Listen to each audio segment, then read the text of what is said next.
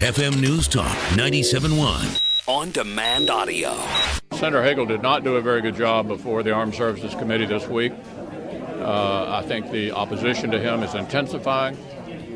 Whether that means he will end up having to achieve 60 votes or 51 is not clear yet.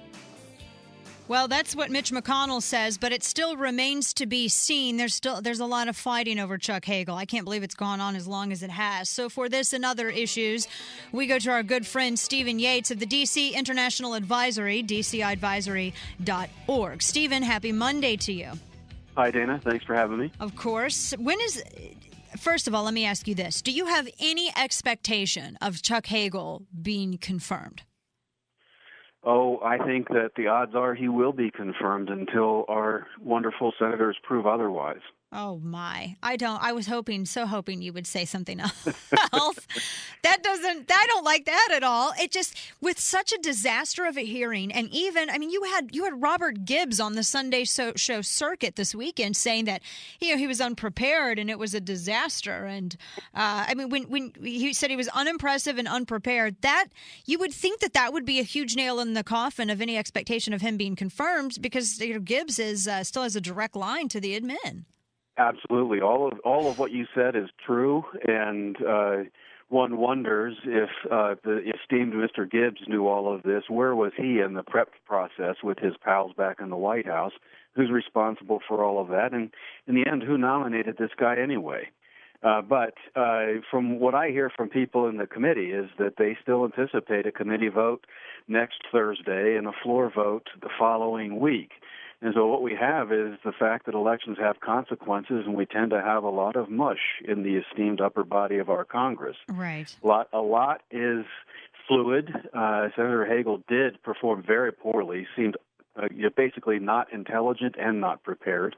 And there are a few scandals out there as well that have to do with his past management decisions, helping a staffer that had been accused of sexual harassment get a good job. And some of the senators on our side are asking for more time to vet all of these things. Of all of it, what gives me the greatest hope is Senator Cruz of Texas. I think we have a real rock star in him. I think he frankly shines brighter than all of the others involved. Amen to that. Yeah, I'm very, very excited about Cruz in the Senate, and he's he was Jim DeMint helped bring him on, and grassroots momentum and great guy, and he's been very vocal about all of this. Especially too, we're talking about a guy who believes and contradicts, apparently, at least the latter statement from the administration that Iran has a legitimately elected leadership, which, if anyone turned on a television to watch or looked online to see footage of everyone out protesting and snipers on the roofs taking out citizens, I think a lot of people took exception to that, and he's not walking away from it.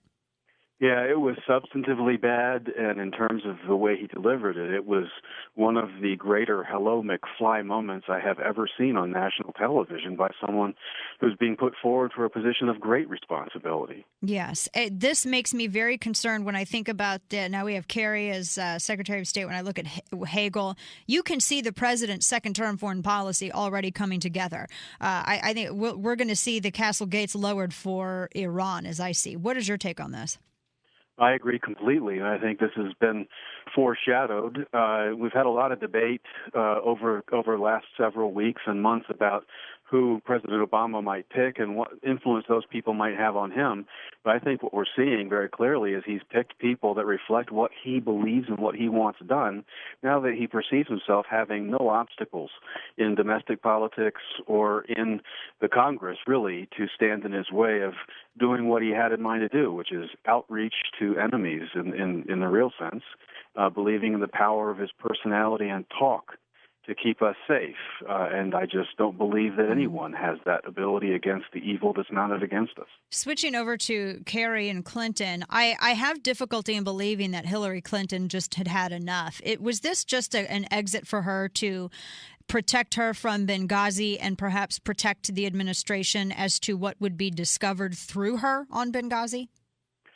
Well, I don't think that someone leaving office really shields them in any way from an investigation going on. It really comes down to the political and legal will of those going after any kind of malfeasance. I think that basically the administration at the highest levels has shown no interest in taking any real responsibility. And as much as I admire Mrs. Clinton's skill in navigating politics and public messaging, she's shown that she's learned quite a lot from her husband and the ability to deflect and come out looking good in the end. But really, she said the words taking responsibility multiple times without actually really doing so. And again, I don't see any real legal or political force that has the appetite to really go after her on these things. I hope that the pursuit of truth on Benghazi won't fade. And again, we'll have to rely on our stalwarts in the Senate and House oversight committees to keep it alive. Yes, well, I definitely agree with you there. I just worry because I feel like, when she gave her farewell speech and waved goodbye and walked out of camera's view, to me it felt like she took Benghazi with her. And I am sure that's what the president hoped, and maybe many others as well. But I also see the change to Kerry as a change to someone the president knows will dutifully do what he wants and nothing more. Right. With Hillary Clinton, we learned in some of her exit interviews with the press, she had a much more activist idea of what American power should be used for abroad. And to an extent, she was much less effective than we were led to believe in advocating her own view and winning the arguments at the National Security Council table. Yes, absolutely. Well, we'll definitely be watching these with especially with Hagel. This I hope that we have folks on our side putting up more of a fight over this, but it just seems that we've given up so easily on a lot of these nominations, and we didn't. I got the sense too, Stephen, that the Republicans who were questioning Hagel, I wondered where they were when Hillary Clinton was sitting in that same seat a week prior. Well, I am afraid that they were probably less enthused about challenging Secretary Clinton, who showed that she could wield the force of emotion much more effectively than they were prepared to deal with. Oh, goodness. It's all a Victorian freak show, still to this day. Stephen Yates, D.C. International Advisory, thank you, my friend. I always appreciate your perspective. Thank you, Dana. And Take we'll care. talk soon. Take care.